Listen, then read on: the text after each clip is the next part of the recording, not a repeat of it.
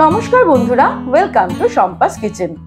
আজ আপনাদের সাথে শেয়ার করব বাঙালি রান্নার অন্যতম জনপ্রিয় পদ পটল চিংড়ি রেসিপি। একদম অনুষ্ঠান বাড়ির মতন চিংড়ি পটল আমরা বাড়িতেই খুব সহজে কি করে রান্না করব চলুন দেখে নিই। রেসিপিটা ভালো লাগলে লাইক ও শেয়ার করার অনুরোধ রইল। আর এমনই দারুণ দারুণ রান্নার সহজ রেসিপি দেখতে আজই শম্পাস কিচেন সাবস্ক্রাইব করে নিন। সবার প্রথমে নিয়ে নিয়েছি 500 গ্রাম পটল। পটলগুলোকে এইভাবে খোসা ছাড়িয়ে এক একটা পটলকে দু টুকরো করে কেটে ভালো করে ধুয়ে জলটাকে ঝরিয়ে নিয়েছি। এবারে পটলের মধ্যে দিয়ে দেব হাফ টিস্পুন নুন আর দিয়ে দিচ্ছি 1/4 টিস্পুন হলুদ গুঁড়ো। নুন আর হলুদটাকে পটলের মধ্যে এইভাবে ঝাঁকিয়ে ঝাঁকিয়ে ভালো করে মাখিয়ে নেব। আপনারা চাইলে হাত দিয়েও মাখিয়ে নিতে পারেন। নুন হলুদ মাখিয়ে নিয়ে চলে যাব আমরা পরের স্টেপে। চিংড়ি মাছ নিয়ে নিয়েছি 300 গ্রাম, খোসা ছাড়িয়ে ভালো করে ধুয়ে নিয়েছি। এর মধ্যে দিয়ে দেব হাফ টিস্পুন নুন আর 1/4 টিস্পুন হলুদ গুঁড়ো। চিংড়ি মাছটাকেও নুন হলুদ মাখিয়ে নেব। তারপর চলে যাব পরের স্টেপে। এবারে একটা কড়াই গরম করে তার মধ্যে নিয়ে নেব সর্ষের তেল। 3 টেবিল স্পুন মতো সর্ষের তেল নেব। এই রান্নাটা কিন্তু সর্ষের তেলেই ভালো হবে, তবে সর্ষের তেলের পরিবর্তে সাদা তেলেও রান্নাটা করা যেতে পারে। তেলটা ভালো মতো গরম হয়ে গেলে ফ্লেমটাকে মিডিয়াম টু লোতে করে পটলগুলোকে ভেজে নেব। পটলটাকে একটু সময় নিয়ে ভালো করে ভাজতে হবে। আমরা চাইলে আলু পটল একসঙ্গে ভাজতেই পারতাম, কিন্তু পটল ভাজতে যে সময় লাগে আলু ভাজতে কিন্তু সময়টা অন্য লাগবে। তাই জন্য আলু পটলটা একই সঙ্গে না ভাজাই ভালো। এই দেখুন, পটলগুলোকে আমি ভালো করে ভেজে নিয়েছি। এবারে আমি এগুলোকে তেল থেকে তুলে নেব। পটল ভেজে তুলে নেওয়ার পর এবারে ভেজে নেব আলু।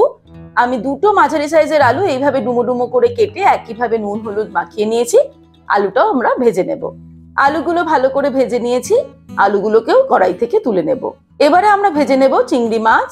তার জন্য চিংড়ি মাছগুলো দিয়ে দিলাম তেলের মধ্যে। চিংড়ি মাছ কিন্তু খুব বেশি সময় ধরে ভাজার দরকার নেই। 40 থেকে 50 সেকেন্ড বা খুব বেশি 1 মিনিট আমরা চিংড়ি মাছগুলোকে ভেজে নেব। তারপর এগুলোকে কড়াই থেকে তুলে নেব। চিংড়ি মাছ বেশি ভাজলে কিন্তু একটু রাবারি হয়ে যায়। চিংড়ি মাছগুলো ভাজা হয়ে গেছে। এবার এগুলোকে তেল থেকে তুলে নিচ্ছি। চিংড়ি মাছ ভেজে নেওয়ার পর ওই তেলেই ফোড়ন দিয়ে দেব দুটো তেজপাতা। একটা গোটা শুকনো লঙ্কাকে দুভাগ করে দিয়ে দিলাম। দিয়ে দিচ্ছি হাফ টিস্পুন গোটা জিরে আর দিয়ে দেবো অল্প পরিমাণে গোটা গরম মশলা, যার মধ্যে নিয়েছি ছোট এলাচ, লবঙ্গ, দালচিনি আর গোলমরিচ। এবারে ফোড়নটাকে ফ্রাই করে নেব 20 থেকে 30 সেকেন্ড। ফোড়নটাকে ভালো করে ফ্রাই করে নেওয়ার পর এর মধ্যে দিয়ে দিচ্ছি পেঁয়াজ বাটা। দুটো মাঝারি সাইজের পেঁয়াজ আমি বেটে নিয়েছি মিক্সিতে, সেটা দিয়ে দিলাম। এবারে পেঁয়াজটাকে একদম লো ফ্লেমে 7-8 মিনিট সময় নিয়ে ফ্রাই করব।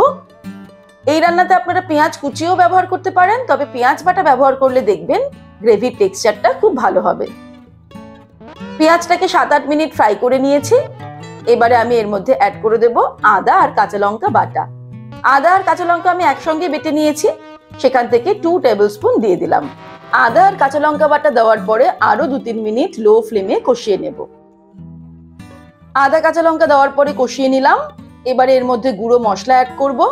দিয়ে দিচ্ছি হাফ টিস্পুন হলুদ গুঁড়ো, ধনের গুঁড়ো দিয়ে দেব 2 টিস্পুন, জিরের গুঁড়ো দিয়ে দিচ্ছি 1 টিস্পুন আর দিয়ে দেব কালারের জন্য Kashmiri red chilli powder half teaspoon. এবারে অল্প জল অ্যাড করে মশলাটাকে ভালো করে কষিয়ে নেব। 2-3 মিনিট সময় নিয়ে মশলাটাকে কিন্তু কষিয়ে নিতে হবে মিডিয়াম টু লো ফ্লেমে। মশলা কষানো কমপ্লিট।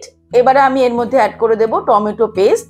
একটা ছোট সাইজের টমেটো বেটে নিয়েছি মিক্সিতে, সেটা দিয়ে দিলাম।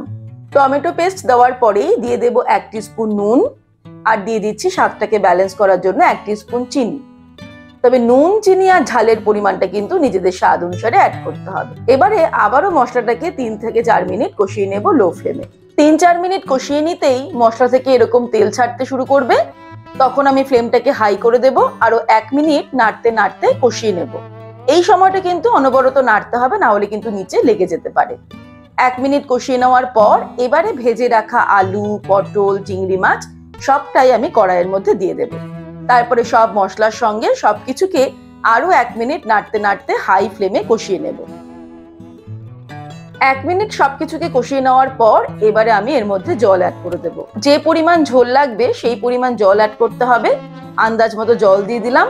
এবারে সবকিছুকে ভালো করে মিক্স করে দেব।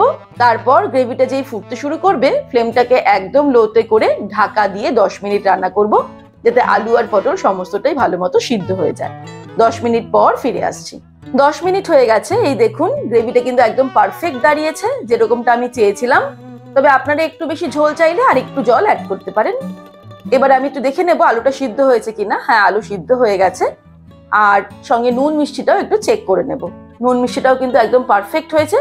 এবারে আমাদের ফাইনাল স্টেজে চলে এসেছি। ফাইনাল স্টেপে এর মধ্যে দিয়ে দিচ্ছি 1/2 টিস্পুন গরম মশলার গুঁড়ো আর দিয়ে দেবো 2 টিস্পুন ঘি। ঘি গরম মশলা অ্যাড করার পর ভালো করে একটু মিক্স করে নিয়ে আমি ওভেনটাকে অফ করে দেবো। তারপরে আরো 5 মিনিট স্ট্যান্ড বাই টাইমে ঢেকে রেখে দেবো এটাকে, যাতে ঘি গরম মশলার ফ্লেভারটা রান্নার মধ্যে ভালো মতো মিশে যায়। তারপর 5 মিনিট হয়ে গেলে গরম গরম চিংড়ি পটল গরম গরম ভাতের সঙ্গে সার্ভ করব। তবে এটা শুধুমাত্র ভাত নয়, আপনি পরোটা, লুচি বা রুটির সঙ্গেও কিন্তু সার্ভ করতে পারেন।